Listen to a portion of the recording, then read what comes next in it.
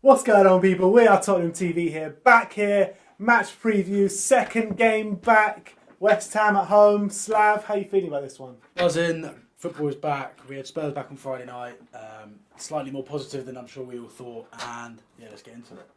So, obviously going on from the Man United game, I felt that in the first half we started sluggish and we kind of grew into that second half, and we looked good in the second half, but then first half we kind of reverted back into the shells. Like, what have we learnt from the Man United game that we can take into that West Ham game that can bring us a positive result? I think we looked good in the counter. I think half the team looked fit and fresh. Obviously, it will take a while for the likes of Kane and Son to really get fully fit. Obviously, everyone's been saying Kane didn't look great, didn't look sharp, and that was sort of expected. I think it's a bit pointless just to sit here and say he's finished, whatever.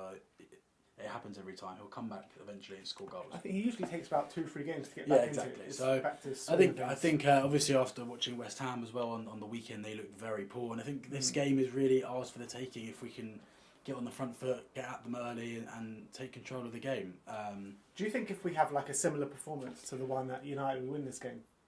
Yeah, in terms of the way we apply ourselves and wanting to win the second balls and sort of just having that drive and that determination to go and win the game, then yeah, absolutely. If we want it more than them, then there's no reason why we won't go on and comfortably win. There's no fans, which I think suits us in a way. Yeah. And suits the style of football that Jose wants to play. There's no pressure. In a way, there's no pressure on the players in terms of there's no one shouting at them from the stands. They can defend all they like without having people in the stands saying push out, push out. And I think it suits us. And I think West Ham always come to us sort of, no matter what the result beforehand, they always come to us full of confidence, knowing that they can get a result against us. They turn up against us. However, there will be no away fans there shouting in the corner and whatnot. So I think it really, I don't know if they'll be as up for it without their fans. I'm not really sure any of their players are asked or really care about this derby. Other than maybe Mark Noble and Declan Rice, the rest of the players don't really look like they're interested. Yeah, but then on the flip side, if their players don't care about this derby, then our players definitely don't care about this derby. You know what I mean? But then you'll probably just rely on quality to kind of shine. Yeah, I think the quality will shine through. I also think Jose's sort of style of play is starting to come, starting to look a bit more. I think those 20 minutes against Manchester United was the best 20 minutes we've played under Jose. Which 20 minutes? The last 20 minutes of the first half against United. When we took the lead. Mm-hmm. Yeah, we looked good. The game plan was obvious, and to be honest, I don't think we can moan too much at the defensive side of things. I thought we actually looked, bar the defensive mistake for the goal, we looked really good. Yeah. I've never seen us defend so well as a unit. Everyone knew their jobs. Everyone.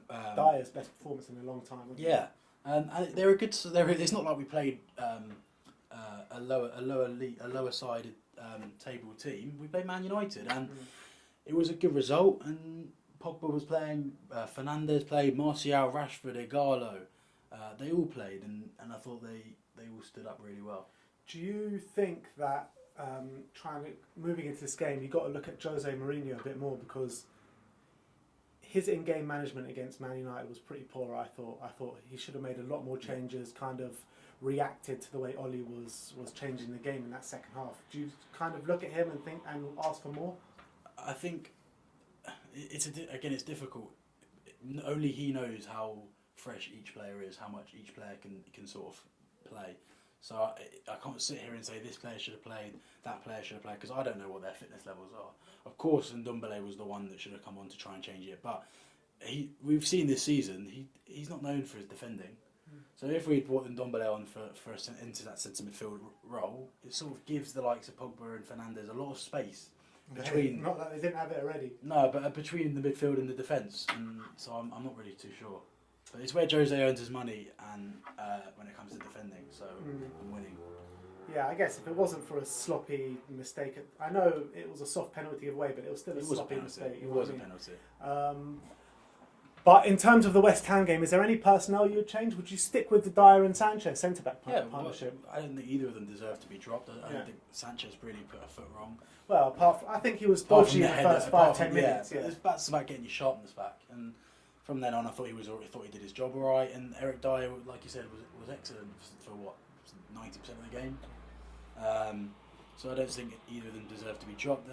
It depends on how fresh everyone is. Can Sissoko start again and play 75 to 90 minutes?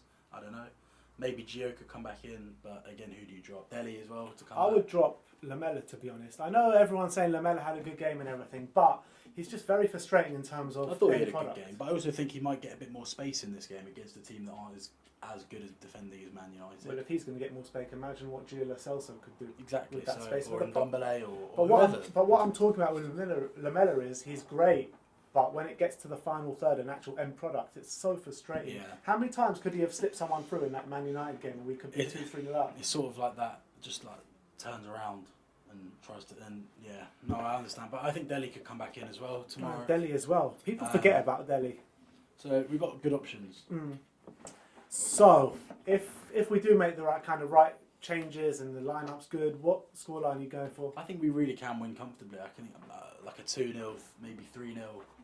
But then I realised I support Spurs, so I'm going to go with 2-1. 2-1 Spurs.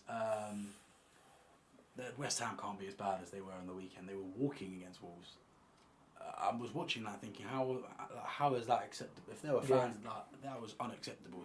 They were 1-0 down and walking. I only saw bits and pieces of the game, but from what I saw, they did look shocking. But They really were poor. I think you've got to kind of give a bit of leeway for first game back and getting your fitness back and everything. I think this game, because it's our second game back for both of us, I think it's going to be a lot more of an intense game. I think West Ham will be up for it, albeit there won't be West Ham fans there, so I think that will kind of favour us a bit. I thought our game was the best game so far out of all the first Probably. game backs. I think in terms of entertainment, I thought the intensity for them on the whole was good. I think let's not breeze past both Arsenal's games out, because I think the entertainment value, them two were definitely up there. We're delighted to announce the potential signing of Neil Morgan. I would love to sign him. It was a brilliant interview afterwards. Arsenal got what they deserve. He's right. That Guendouzi really lacks humility. Yeah. But in terms of tomorrow, I am actually looking forward to it. I'm quite confident for the first time in a long time. So. Wow, I haven't heard you say you're looking forward to this. Yeah, I am. I think we looked really. I think now we've got everyone back. It's really good to see that what we can do. I was thinking, Jose gets a lot of stick. He knows exactly what he's doing. I think we really have done well in getting Jose, and I think that lot down the road probably missed a trick getting in because they would have been sorted out defensively. Yeah, well, I mean, like you can't really judge Arteta yet, but it doesn't look like he's pulling up many trees over there. I know they went unbeaten for a while, but Unai Emery also went unbeaten. And I know they've got a terrible squad, but. Look, the squad Jose inherited our squad's not amazing. It's not. We've got Harry Kane, we've got Dele, we've got Ndombele and Lo Celso and Son, but they've got great attacking players. They've got the top scorer. They spent £70 million on that BTEC and Kudu. They spent. Did you see Nkudu's goal on the weekend, by the way? Left foot as well. If any of you didn't see that, check out on YouTube Nkudu's goal for Besiktas, because it's a wonderful left foot thumping volley from about amazing. 25 yards. If only you could do that for Spurs. But on the whole, there's not too much of a difference in the squads in terms of. I do think we edge it slightly, but I think Jose's doing the best job he can with the tools he's got, and I'm looking forward to tomorrow, and I'm looking forward to the rest of the season. And yes, 4th and 5th is probably a bit of a push, but I don't see with a couple of wins why not. I think we can get 5th. I really think it's in our reach. Sheffield United look terrible. They've got injuries. They've got suspensions. Terrible. Leicester don't look great either. Leicester have got to play Chelsea. Chelsea have got to play City. We've got to play Sheffield United. Wolves have got to play somebody in that, and I can't remember who it is. But you know, last game of the season, I think United play Wolves or Chelsea play Wolves, and Leicester play United. We've got to play Leicester as well. Yeah. So we got Sheffield United next week, so that's going to be a big game. 6 points from our next 2 games put us in a real good position, and I think with a couple of signings, this has got the potential under Jose to be a good squad. It really does. I agree. Let's just hope that we don't see many displays like that second half against United, because that was just so boring, and just like we didn't get out of our half once in that second half. Yeah, it sort of got between like the 50th and minute and the goal. It was sort of like we were all sitting there waiting, when's it coming? Yeah. And just before the goal, I was thinking, you know what, maybe we could hold out, because they weren't doing too. It was very compact in the middle. And they got a lot more creative once Pogba came on the pitch.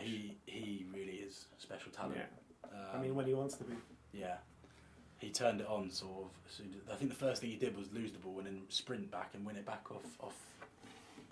Who was it? Who was it? I think Aurier. It could be. That sliding tackle. Could be, yeah. And they could have won it. They had it wasn't a penalty, but they could have. With no VAR, that penalty stands. Yeah, if that penalty stands, it would have been shocking. So I think it was inevitable that they scored. But actually, I thought 1-1 was a fair result on the whole Friday night. Two good sides who hadn't played in a while with fully fit squads. Yeah, I think United probably edged it.